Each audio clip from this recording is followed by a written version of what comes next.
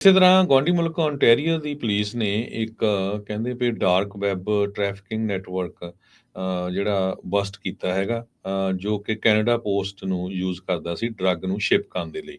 2.5 million worth drug ਜਿਹੜੀਆਂ ਆ, ਵੱਖ-ਵੱਖ ਜਗ੍ਹਾ ਤੇ British Columbia, Alberta, Manitoba, Ontario, Quebec, Nova Scotia, New Brunswick ਤੇ ਪ੍ਰਿੰਸ ਐਡਵਰਡਸ ਨੂੰ ਇਹ ਜਾਣੀਆਂ ਸੀਗੀਆਂ। ਸੋ 64,000 ਟੈਬਲੇਟ ਇਲੀਗਲ ਡਰੱਗ ਦੀਆਂ, 27 ਕਿਲੋਗ੍ਰਾਮ, $2.5 ਮਿਲੀਅਨ ਤੋਂ ਵਰਥ ਜ਼ਿਆਦੇ ਦੀ ਜਿਹੜੀ ਡਰੱਗ ਆ, ਉਹ ਫੜੀ ਗਈ ਹੈਗੀ ਆ।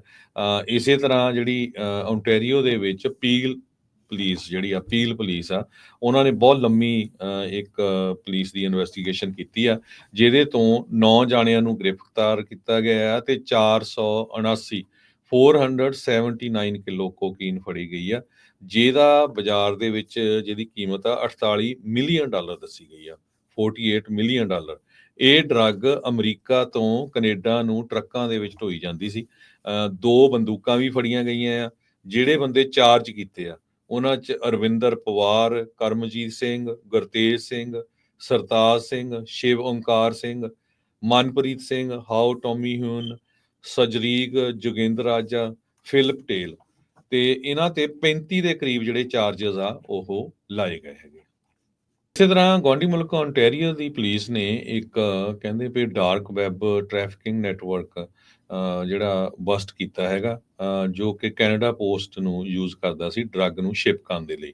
2.5 ਮਿਲੀਅਨ ਵਰਥ ਡਰੱਗ ਜਿਹੜੀਆਂ ਆ, ਵੱਖ-ਵੱਖ ਜਗ੍ਹਾ ਤੇ British Columbia, Alberta, Manitoba, Ontario, Quebec, Nova Scotia, New Brunswick ਤੇ ਪ੍ਰਿੰਸ ਐਡਵਰਡਸ ਨੂੰ ਇਹ ਜਾਣੀਆਂ ਸੀਗੀਆਂ।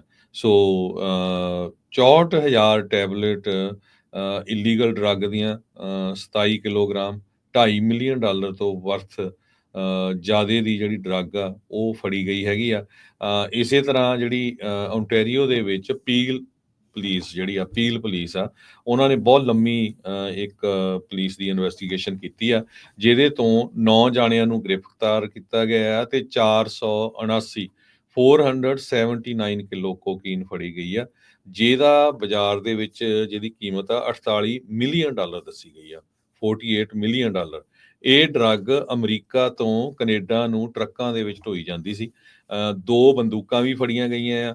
ਜਿਹੜੇ ਬੰਦੇ ਚਾਰਜ ਕੀਤੇ ਆ, ਉਹਨਾਂ 'ਚ ਅਰਵਿੰਦਰ ਪਵਾਰ, ਕਰਮਜੀਤ ਸਿੰਘ, ਗੁਰਤੇਜ ਸਿੰਘ, ਸਰਤਾਜ ਸਿੰਘ, ਸ਼ਿਵ ਓਂਕਾਰ ਸਿੰਘ, ਮਨਪ੍ਰੀਤ ਸਿੰਘ, ਹਾਓ ਟੌਮੀ ਹਿਊਨ, ਸਜਰੀਕ, ਜੋਗਿੰਦਰ ਰਾਜਾ, ਫਿਲ ਪਟੇਲ ਤੇ ਇਹਨਾਂ ਤੇ 35 ਦੇ ਕਰੀਬ ਜਿਹੜੇ ਚਾਰजेस ਆ ਉਹ ਲਾਏ ਗਏ ਹੈਗੇ।